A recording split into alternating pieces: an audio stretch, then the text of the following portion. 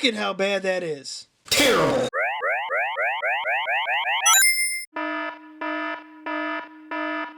If you guys like Overwatch, you gotta like and subscribe.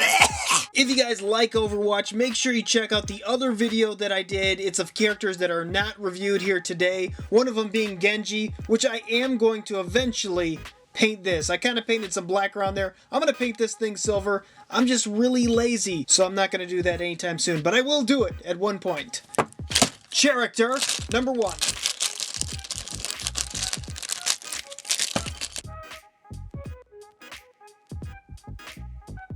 The character that's used by millions of creeps around the world, Diva. Now, I don't know a lot about the Overwatch universe, but I will say this character is definitely one of the ones that sticks out like a sore thumb. I saw this one online, and I was really excited because I saw the custom mold for the head, and I thought, wow, hey, that looks really great. But when I got it, look at how bad that head print is. The printing on there is like slopped on there from the guy on the assembly line. It looks really bad, and same thing goes in the back. It's like one spray on there. It just looks really bad. But if you take this off and you just look at the torso print and the head print, it looks pretty decent. The printing on the front looks really good, and even the whites on the blue and the blue on the whites, actually the transition's very nice. So I will say that it is a harsh transition from the side because there's no side printing, but at least you get the side printing for the arms and also a back print. Another bonus is you have the nice face and then the angry face. I was figuring that maybe this was going to look bad, so I got another one. Hopefully that one's a little bit better. Let's open that one too. Okay, someone did not bring their A game to the Chinese knockoff factory. Next minifig!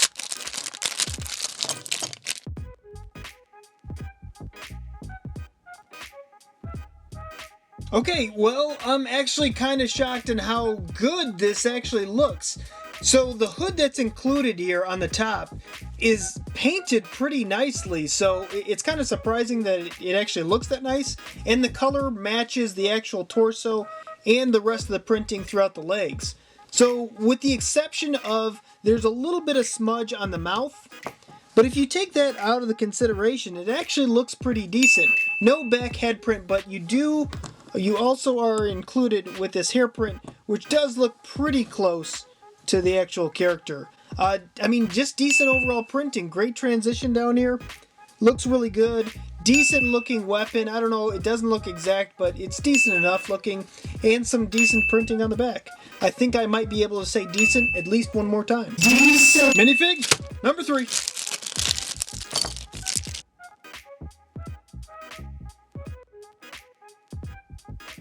You guys just missed out on 10 minutes of time of me fiddling around with this overcoat and trying to get it just right. The printing on Anna actually looks pretty decent. I mean, overall printing from the top to the bottom really looks good. I like the blues, very contrasty, and actually it looks really close to the character. I think where they missed the boat on is the harsh contrast in between the hood and the overcoat. It just doesn't look quite right, which is kind of sad because the rest of the figure actually is printed fairly decent. And you get you can see the face prints done very well. Nothing on the back print, but you don't need it because the hood covers it. And then looking on the back, lift up the back, there's actually printing on the back of it, which is kind of surprising because, you know, they got the overcoat. And you think if you put it on there, you wouldn't even need it, but other than that, you know, other than this terrible overcoat, it looks okay. Hanzo.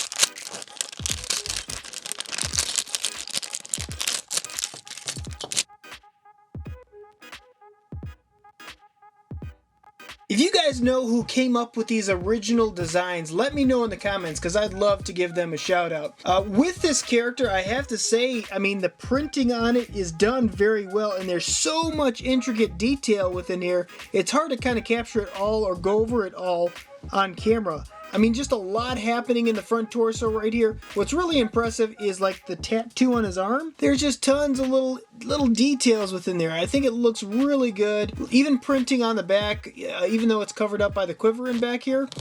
And I think this just really well represents the actual character. Unique side printing right there and printing on the back. I mean, just missing printing on the side of the feet, but I mean, it looks good. The only thing that looks a little bit off is the hair. You know, he has the hair that flips up, and LEGO doesn't quite make that piece, but, you know, it'd be kind of cool just to, I don't know, saw that off and super glue it on top. I think it might look pretty decent. Next character.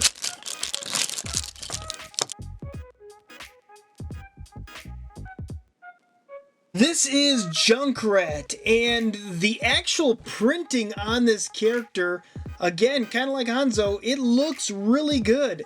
I'm really impressed with the unique uses that they had for LEGO pieces, well, unofficial LEGO pieces, sorry, and they kind of incorporated this. This is Ghost Rider's hair in a different actual form. So they used a yellow in the Ghost Rider hair mold.